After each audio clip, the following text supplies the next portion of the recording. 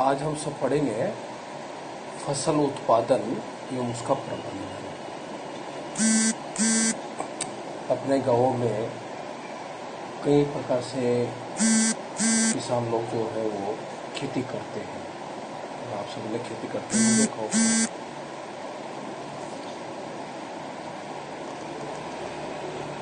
खेती में कई प्रकार के औजार काम में आते हैं, कई प्रकार के तरीके काम में आते हैं। आप सबको पता होगा कौन कौन से औजार, कौन कौन सी आवश्यकताएं वहाँ पर होती हैं।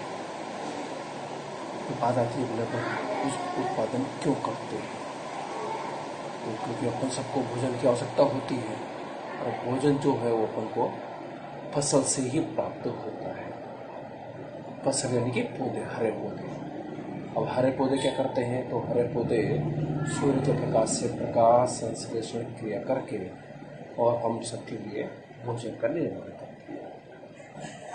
ये जो प्रकाश संश्लेषण की क्रिया में पौधे अपने भोजन का निर्माण करते हैं और फिर वो भोजन ही अपन सब जंतुओं के लिए, मनुष्य के लिए, अपने लिए स्रोत होता है। तो हम कह सकते हैं कि फसल का उत्पादन हमारे लिए जरूरी हो जाता है,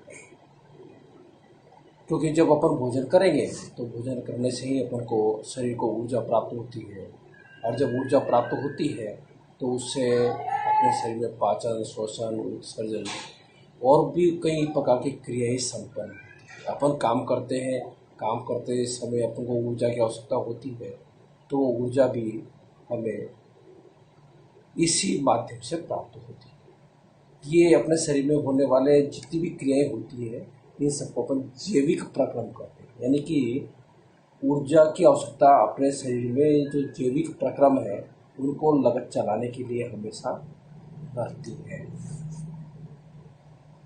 जब हम कोई कार्य भी नहीं करते हैं और हम सुबह से लेकर शाम तक वैसे ही बैठे रहते हैं, तब भी हमें भूख लगने लग जाती है। भूख इसलिए लगती है कि शरीर के अंदर में ऊर्जा का उपयोग लगातार हो रहा है। अब वो ऊर्जा किससे प्राप्त होती है? तो अपन जब भोजन करते हैं उस भोजन से प्राप्त होती है। तो भोजन का जो उत्पादन है वो किस प्रकार से किया जाए, है ना? और आप जानते हैं कि जनसंख्या बहुत ज़्यादा है, तो जनसंख्या जब बहुत ज़्यादा है तो उसको भोजन की आवश्यकता भी ज़्यादा होती है और इसलिए हमें नियमित उत्पादन उसका जरूरी हो जाता है, प्रबंधन जरूरी हो जाता है और वितरण भी जरूरी हो जाता है।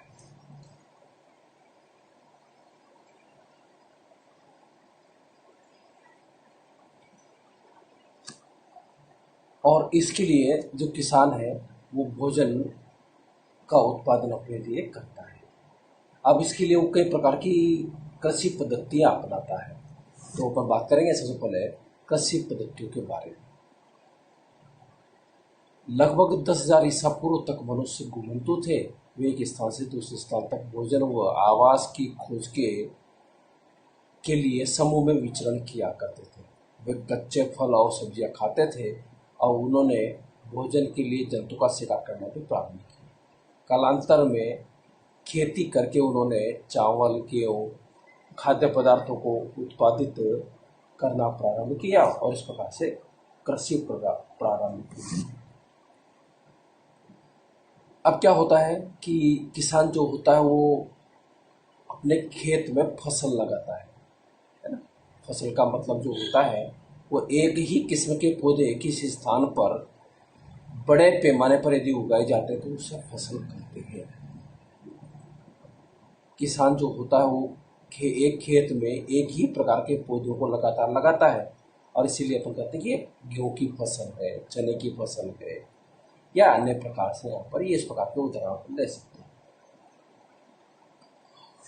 फसलें भी कई प्रकार की हो सकती है ना? खाने के हिसाब से है। बहुत सारे को अपन बोलते हैं कि ये अन्न का उपजा होता है, ये दालें होती, ये सब्जियां होती, ये फल होते हैं। अलग अलग मौसम में अलग अलग प्रकार की फसलें उगाई जाती है। तो ये इस प्रकार से अपन केवल पढ़ने के लिए और अच्छा ज्ञान प्राप्त करने के लिए फसलों को भी कई प्रकार से वर्गीकरण यहाँ पर करते हैं। और क्योंकि पूरे भारत में जो वातावरण है एक जैसा तो नहीं होता है, जब एक जैसा नहीं होता है तो अलग अलग जगह पर परिस्थितियों के आधार पर अलग अलग प्रकार की फसलें उगाई जाती हैं।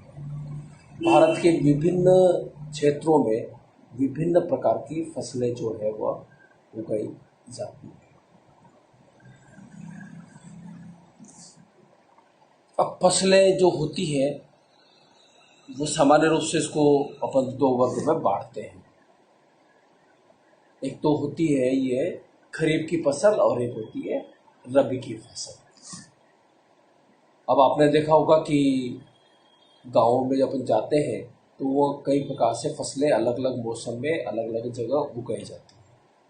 तो इन फसलों को अपन दो भागों में बांट देते हैं। तो खरीफ की फसल होती है और दूसरी रबी की फसल होती है। वो फसल जिनको अपन वर्षा ऋतु में बोया जाता है उसको तो खरीफ फसल कहते हैं। अब वर्षा ऋतु का मतलब हो गया कि जून है ना, अब जून के महीने में बोई जाती है ना, और बाद में 2 या 3 महीने के अंदर में वो तैयार हो जाती है, यानी सितंबर तक वो तैयार हो जाती है। तो जून से सितंबर तक की जो फसल है वो खरीफ की फसल कहलाती है, यानी कि वर्षा ऋतु में बोई जाती है और बाद में उसको काट लिया जाता है। इसमें धान है, मक्का है, सोयाबीन है, मूंगफली है, कपास है ना, इस प्रकार की जो फसलें होती हैं ये सब खरीफ की फसलें कहलाती हैं। दूसरी होती है रबी की फसलें। रबी की फसलें जो है वो शीत ऋतु में बोई जाती हैं। शीत ऋतु का मतलब अक्टूबर के माह में बोई जाती है और बाद में जो है वो गर्मी के दिनों तक यानी कि मार्च के महीने में जो वह काट ली जाती है। तो जो अक्टूबर से मार्च तक के महीने में यानी कि शीत ऋतु में बोई जाने वाली जो फसलें होती हैं उनको अपन रबी की फसलें कहते हैं।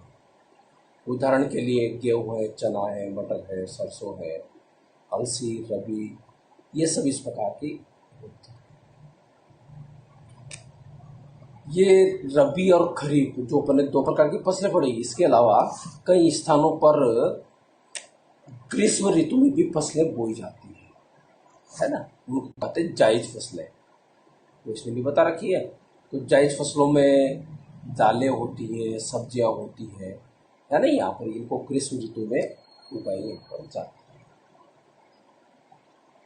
तो ये हो गए अपने फसलों को, यहाँ पर फसलों के प्रकार। अब आ जाते हैं अपन कि फसल की पद्धतियाँ। फसल की पद्धतियों का मतलब यहाँ पे होता है कि किस प्रकार से अपन फसल को उगाना प्रारंभ करते हैं और जब फसल उगाते हैं तो उस समय अपन को क्या क्या क्रियाकलाप उसमें करने पड़ते हैं। तो जो क्रियाकलाप किए जाते हैं उसको अपन बोलते हैं कृषि पद्धतियाँ। अब कृषि पद्धतियाँ भी दो प्रकार से यहाँ पर इसमें होती है। एक तो आधुनिक होती है और एक प्राचीन होती है। वर्तमान में अपन आधुनिक जो पद्धतियाँ है वो काम में अपन लेते हैं। आधुनिक पद्धतियों के अंतर्गत में सबसे पहले मिट्टी को तैयार करना है, फिर उसकी बुवाई करना है, खाद व उर्वरक देना है, सिंचाई करना है, खरपतवार से सुरक्षा करना है, कटाई व भंडारण करना है। सबसे पहले मिट्टी को तैयार करना, क्योंकि मिट्टी यदि अच्छी है तो अपनी फसल भी जो है वो अच्छी होती है। मिट्टी तैयार करने का मतलब होता है कि मिट्टी को अपन अल्टा पलटा करके किसी भी यंत्रों की सहायता से, और जब उसको पोला का अपन कर देते हैं तो उसमें जो जड़ें होती हैं वो सरलता से अंदर चली जाती है। साथ साथ में उसमें वायु की मात्रा भी चली जाती है। तो जब वायु चली जाती है तो पौधे की जो जड़ें होती हैं वो आसानी से शोषण कर पाती है।